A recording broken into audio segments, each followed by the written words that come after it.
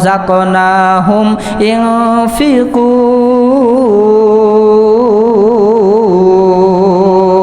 আল্লাহু আকবার বলেন, আরো জোরে জোরে বলেন না ভাই, আল্লাহু আকবার। মুসলমান ভাইরা আমার, কোরআনের কথা বাদ দিলাম, একজন বৈজ্ঞানিক বলেছে যদি কোনো হাড়ের রোগী তো বোঝেন, যারা হাড়ের রোগী আছে, অন্তরের ভিতরে বিভিন্ন অসুস্থতা যাদের বিরাজ করে, অন্তর দুর্বল, অন্তরের ভিতরে গুনাহ করতে করতে কালো ময়লা জমে গেছে, হাড়ের রোগ, বিভিন্ন ডাক্তারের কাছে যায় কখনো সুস্থতা কামনা করতে পারে নাই। এই বিজ্ঞানী বলে যদি কোনো ব্যক্তি একবার আল্লাহু আকবার উচ্চ আওয়াজে বলে, আমার আল্লাহ তার অন্তর থেকে, তার হাড় থেকে সমস্ত রোগগুলোকে বাহির করে দিবে। জোরে বলেন আল্লাহু আকবার। মুসলমান ভাইরা আমার, আমার আল্লাহ তাআলা বলে মিম্মা রাযাকনাহুম ইনফিকুন الذين يؤمنون بالغيب ويقيمون الصلاة ومما رزقناهم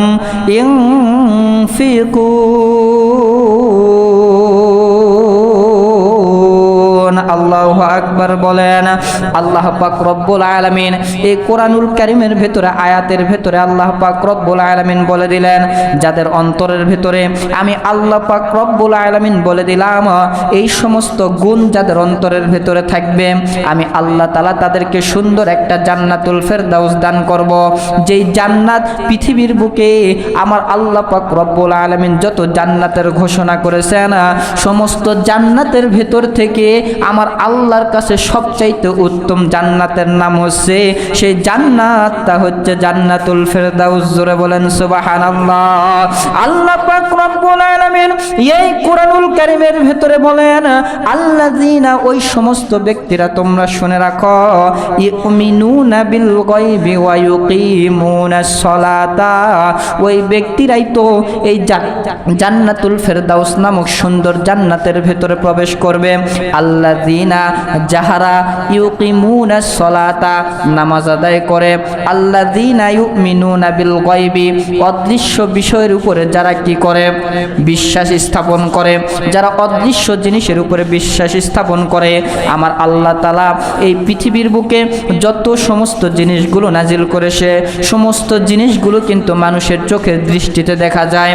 একমাত্র দেখা যায় না জান্নাত, 2 নাম্বার জাহান্নাম, 3 নাম্বার আমার আল্লাহ পাক রব্বুল আলামিনের আরশ, 4 নাম্বার আমার আল্লাহ তাআলাকে কখনো দেখা যায় না, ফেরেশতাগণদেরকে দেখা যায় না।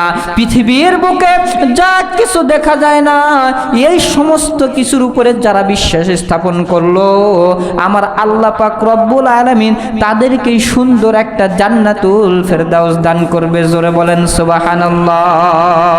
মুসলমান ভাইরা আমার, আল্লাহ তাআলা এই কোরআনুল কারীমের ভিতরে আরো বলেন ওয়ায়ুকিমুনাস সালাতা, দুনিয়ার বুকে যারা ঠিকমতো নামাজ আদায় করেছে, এই বিশ্বাস স্থাপন করার পরে যারা সুন্দর মতো 5 ওয়াক্ত নামাজটা আদায় করেছে, আমার আল্লাহ তাআলা বলে তাদেরকে আমি সুন্দর জান্নাতুল ফেরদাউসের ভিতরে পাঠায়া দিব। সুবহানাল্লাহ। মুসলমান ভাইরা আমার, দোস্ত, শুধু নামাজ পড়লেই হবে না, আল্লাহর প্রতি বিশ্বাস স্থাপন করলেই শুধু হবে না। আমার আল্লাহ তাআলা বলেন ওয়া মিম্মা রাজ, শুধু আল্লাহর প্রতি বিশ্বাস স্থাপন করলেই হবে না, আল্লাহর প্রতি বিশ্বাস স্থাপন করার পরে 5 ওয়াক্ত নামাজ পড়া লাগবে। 5 ওয়াক্ত নামাজ পড়ার পরে আমার আল্লাহ তাআলা বলে আমি আল্লাহ তাআলা তোমাদের উপরে যা নাজিল করেছি, মিম্মা রাযাকনাহুম, আমি তোমাদের উপরে যা নাজিল করেছি, তোমরা যে কামাই রোজগার করো, এই কামাই রোজগার থেকে তোমরা ওই টাকাগুলো আমি আল্লাহর রাস্তায় বেশি বেশি করে ব্যয় করো। আমরা কি ব্যয় করি? আমরা তো আল্লাহর রাস্তায় ব্যয় করতেই চাই না। সব চাইতে নরমাল যে টাকাটা আছে, বাজারে যেটা চলে না, উমুক দোকান তুমুক দোকানে যায় যেটা ফেরত দেয়, ওইটা আনে শুক্রবার মসজিদে দেয়। মসজিদের কমিটির সভাপতি, সেক্রেটারি, ক্যাশিয়ার এখন চালাইতে পারলে চালুক, না হলে টাকা ফেলে দেখ। এই দানগুলো আমার আল্লাহর দরবারে কখনো কবুল হবে এই দানগুলো আমার আল্লাহর দরবারে কখনোই কবুল হবে না।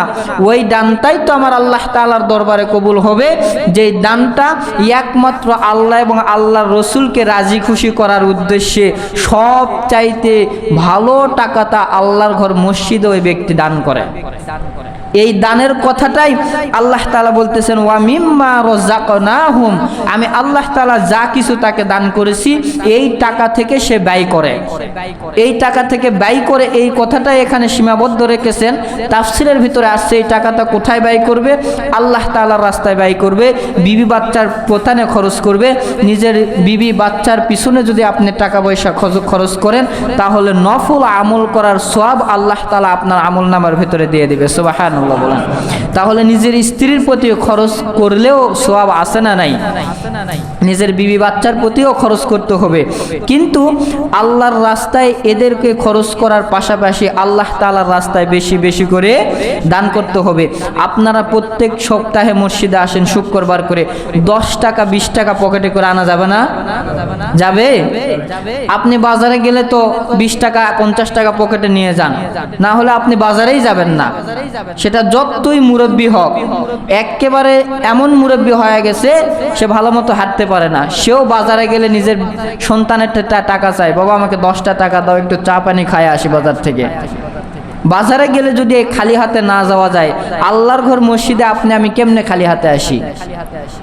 এই আল্লাহর ঘর মসজিদে 10 টাকা 20 টাকা আপনাকে দান করার দরকার আছে না নাই? আল্লাহ কি আপনার আমার থেকে ভিক্ষা চাইতেছে? জোরে বলেন, আল্লাহ তাআলা আপনার আমার থেকে ভিক্ষা চাইতেছে? আল্লাহকে যদি আপনি দান না করেন আল্লাহর কোনো কিছু যায় আসে? আপনার মতন আমার মতন হাজার হাজার ধনী ব্যক্তি পৃথিবীতে আছে যারা একটা মসজিদে 3 লক্ষ 5 লক্ষ টাকার উপরে বেশি দান করে। তো আপনার আমার 10 টাকা 20 টাকা দান না করলে পৃথিবীর কোনো মসজিদে আটকে থাকবে না, এই আপনাদের মসজিদে আটকে থাকবে না। গ্রামের সবাই যদি 1 টাকা না দান করেন আল্লাহর ঘর আল্লাহ নিজেই চালাবে। কিন্তু আপনি দান করার মাধ্যম দান করবেন কেন? আল্লাহ তাআলা বলেন, এই দানের ওসিলায় আমি আল্লাহ তাআলা তোমাকে জান্নাতটা দান করব। সুবহানাল্লাহ বলেন। এই জান্নাতটা নেওয়ার জন্যই আমাদেরকে আল্লাহর রাস্তায় দান করা, আমাদের লাভের কারণে আল্লাহ তাআলা আমাদেরকে বলতেছেন, ওয়া মিম্মা রাযাকনাহুম ইনফিকুন, আমি তোমাদেরকে যা দান করেছি এই দানগুলো থেকে, এই টাকা পয়সাগুলো থেকে তোমরা আমি আল্লাহর রাস্তায় বেশি বেশি করে ব্যয় করো। এরপর আল্লাহ পাক রব্বুল আলামিন পরের আয়াতের মধ্যে বলতেছেন, ওয়াল্লাযীনা ইউমিনুনা বিল গায়বি ওয়া ইউকিমুনাস সালাতা ওয়া মিম্মা রাযাকনাহুম ইনফিকুন ওয়াল্লাযীনা ইউমিনুনা বিমা উনজিলা ইলাইকা। এই পৃথিবীর বুকে আমি আল্লাহ তাআলা বললাম তোমরা অদৃশ্য বিষয়ের উপরে বিশ্বাস স্থাপন করো। এরপরে আল্লাহ বললেন নামাজ আদায় করো। 3 নম্বরে আমার আল্লাহ তাআলা বললেন তোমরা আমি আল্লাহর রাস্তায় ব্যয় করো। এরপরে আমার আল্লাহ তাআলা বলতেছেন বিমা উনজিলা ইলাইকা, তোমরা আমি আল্লাহ পাক রব্বুল আলামিন আসমান থেকে যেই সমস্ত কিতাব তোমাদের উপরে নাজিল করেছি এই কিতাবের উপরে তোমরা সুন্দরভাবে বিশ্বাস স্থাপন করো। জোরে বলেন কি করো? বিশ্বাস স্থাপন করো। এই কিতাবটার নাম হচ্ছে পবিত্র কোরআনুল কারীম। জোরে বলেন কি কিতাব? পবিত্র কোরআনুল কারীম। দোস্ত, পৃথিবীতে আল্লাহর নবী হাদিস শরীফের ভেতরে বলেন এই আসমানের নিচে জমিনের উপরে যতগুলো আমল আছে এই সমস্ত আমলগুলির মধ্যে হতে সবচাইতে উত্তম আমল হচ্ছে আফদালুত তেলাওয়াত ওয়াল কোরআন। সবচাইতে উত্তম আমল হচ্ছে আমার আল্লাহ পাক রব্বুল আলামিনের কোরআনুল কারীমটাকে তেলাওয়াত করা। জোরে বলেন সুবহানাল্লাহ। মুসলমান ভাইরা আমার, দোস্ত আপনার আমার কপাল কতটাই না খারাপ, এই কোরআনুল কারীমের ভিতরে সূরাতুল ফাতিহা আমরা পড়তে পারি না, সূরা বাকারা আমরা পড়তে পারি না, সূরা নাস আমরা সহিভাবে পড়তে পারি না, সূরা ফালাক আমরা সহিভাবে পড়তে পারি না। নামাজের ভেতরে দাঁড়াইয়া সুন্দর করিয়া আমরা কোরআনুল কারীমটাকে তেলাওয়াত করতে পারি না। অথচ মাসআলার ভেতরে পাওয়া যায় নামাজ ভঙ্গের যতগুলি কারণ আছে সমস্ত কারণের মধ্যে হতে সর্বপ্রথম 1 নাম্বার কারণ হচ্ছে নামাজের ভেতরে যেই ব্যক্তির কোরআনটা সহি হবে না ওই ব্যক্তির নামাজ জিন্দেগি তো আমার আল্লাহর দরবারে কখনো কবুল হবে না। জোরে বলেন নাউজুবিল্লাহ। তাহলে ওয়াজখানা বুঝে থাকলে বলেন তো এই কোরআনুল কারীম কি আপনাদের সহি আছে? আছে? এই কোরআনুল কারীম আমি যদি এখানে ধরি এতগুলা মানুষের ভেতরে 5টা মানুষও পাওয়া যাবে না যে সুন্দরভাবে সূরা ফাতিহাটা বলতে পারবে। তাহলে আপনি আমি যে নামাজ পড়তেছি নামাজটা আল্লাহর দরবারে কি কবুল হচ্ছে? এখন আপনারে আমি বলতে পারি যে হুজুর যা জানি তাই আমল করব, যা জানি তাই আমল করব, সেটা ওই সময় কথাটা খাটবে যেই সময় আপনি চেষ্টা করে করে চোখের পানি ফেলে ফেলে আর কাজে আসতেছে না, মুখের ভেতরে স্পষ্ট হচ্ছেই না, তখন যায় আপনার এই অসহি পড়াটা আল্লাহর দরবারে কবুল হবে। কখন হবে? যখন আপনি চেষ্টা করে করে আর পারতেছেন না, মুখের ভেতরে আনতেই পারতেছেন না, হা উচ্চারণ করতে পারতেছেন না, র উচ্চারণ করতে পারতেছেন না, আলহামদু হবে সেই জায়গাতে আপনি আলহামদু বলতেছেন, বারবার আলহামদু বলতেছেন, হা উচ্চারণ করতে পারতেছেন না। এই চেষ্টা করার পরে পরে পরে আপনার জিবা মোটা হওয়ার কারণে আপনি আর পারতেছেন না, সেই সময় যায় আপনি অসহি পড়লেও আল্লাহ বুঝবে আমার বান্দা কোরআনুল কারীমটা তেলাওয়াত করার চেষ্টা করছে, সহি করে পড়ার চেষ্টা করছে, এখন না পারলেও এটাই আমি আল্লাহ তাআলা কবুল করে নিব। কিন্তু আপনারা বুকে হাত দিয়ে বলেন তো কোনোদিন হুজুরের কাছে যায় বলছেন যে হুজুর আমার সূরা ফাতিহাটা একটু শোনেন, হুজুর আমার সূরা ফাতিহাটা সহি আছে নাকি শোনেন দেখি একটু। সূরা নাসটা আমি সূরা নাস, ফালাক, ইখলাস, ইন্না আতাইনা কাউসার এগুলো যে দিয়ে যে আমি নামাজটা পড়ি আমার নামাজটা কবুল হচ্ছে কিনা হুজুর আপনি একবার সূরা কাউসারটা শোনেন, সূরা ইখলাসটা শোনেন, 3টা আয়াত মাত্র, কুল হু আল্লাহু আহাদ আল্লাহুস সামাদ লাম ইয়ালিদ ওয়া লাম ইউলাদ ওয়া লাম ইয়াকুল লাহু কুফুয়ান আহাদ। এই আয়াতগুলি আমার সহি আছে কিনা আপনি একটু শোনেন হুজুর, সূরা কাউসার সহি আছে কিনা, নাস ফালাক সহি আছে কিনা। এগুলো যদি হুজুরের কাছে আমরা না শুনাইতে আসি, ঘরে বসে থাকেই শুধু ভুলভাল আমল করলে আমল কখনো আল্লাহর দরবারে কবুল হবে? কখনোই কবুল হবে না। এই জন্য আল্লাহ তাআলা বলতেছেন ওয়া মিম্মা রাযাকনাহুম ইনফিকুন, আমি আল্লাহ পাক রব্বুল আলামিন তোমাদের উপরে যে কিতাবুল কোরআনুল কারীমকে নাজিল করেছি এই কোরআনুল কারীমের উপরে তোমরা দৃঢ় বিশ্বাস রাখো এবং এই কোরআনুল কারীমকে তোমরা প্রত্যেকদিন তেলাওয়াত করো। এই কোরআনুল কারীম এমন একটা জিনিস হাফেজ হওয়ার পরেও সে যদি 10 দিন তেলাওয়াত না করে ওরা এক পারা ভুলে খাবে, এক পারার মুখস্থই থাকবে না। এইটা আপনারা হয়তো জানেন কিনা, আমরা এগুলা পড়ছি, এগুলা আমরা জানি। যদি 10 দিনে এই কোরআনুল কারীম তেলাওয়াত না করি 20 দিনের মাথায় হাফেজ হওয়া তো দূরে থাক, দেখে পড়তেও আটকাটকি হয়ে যায়। তাহলে আপনি আমি যে সারা জীবন এই কোরআনুল কারীমটা পড়লাম না এর হিসাবটা কি আল্লাহ তাআলা দেওয়ার দরবারে দিতে হবে না? তাহলে এই কোরআনুল কারীম পড়ার চেষ্টা আপনি আমি করতেছি না কেন? আপনাদের এলাকায় হুজুর আছে, আল্লাহ তাআলা কিয়ামতের ময়দানে যখন জিজ্ঞাসা করবে আপনি আমি একটা অজুহাত দিতে পারি, আল্লাহ আমার এলাকার ভেতরে কোনো মাদ্রাসা ছিল না, কোনো ওস্তাদ ছিল না, কোনো হুজুর ছিল না, বা আমার এলাকার ভেতরে কোনো জ্ঞানী মানুষ ছিল না যার কাছে যাই আমি এই কোরআনুল কারীমটা তেলাওয়াত করব বা এই কোরআনুল কারীম শিক্ষা করব, এরকম কোনো মানুষ ছিল না, এই কারণে আমি শিক্ষা করতে পারি নাই। তখন আল্লাহ তাআলা বলবে ঠিক আছে তুমি জান্নাতে চলে যাও।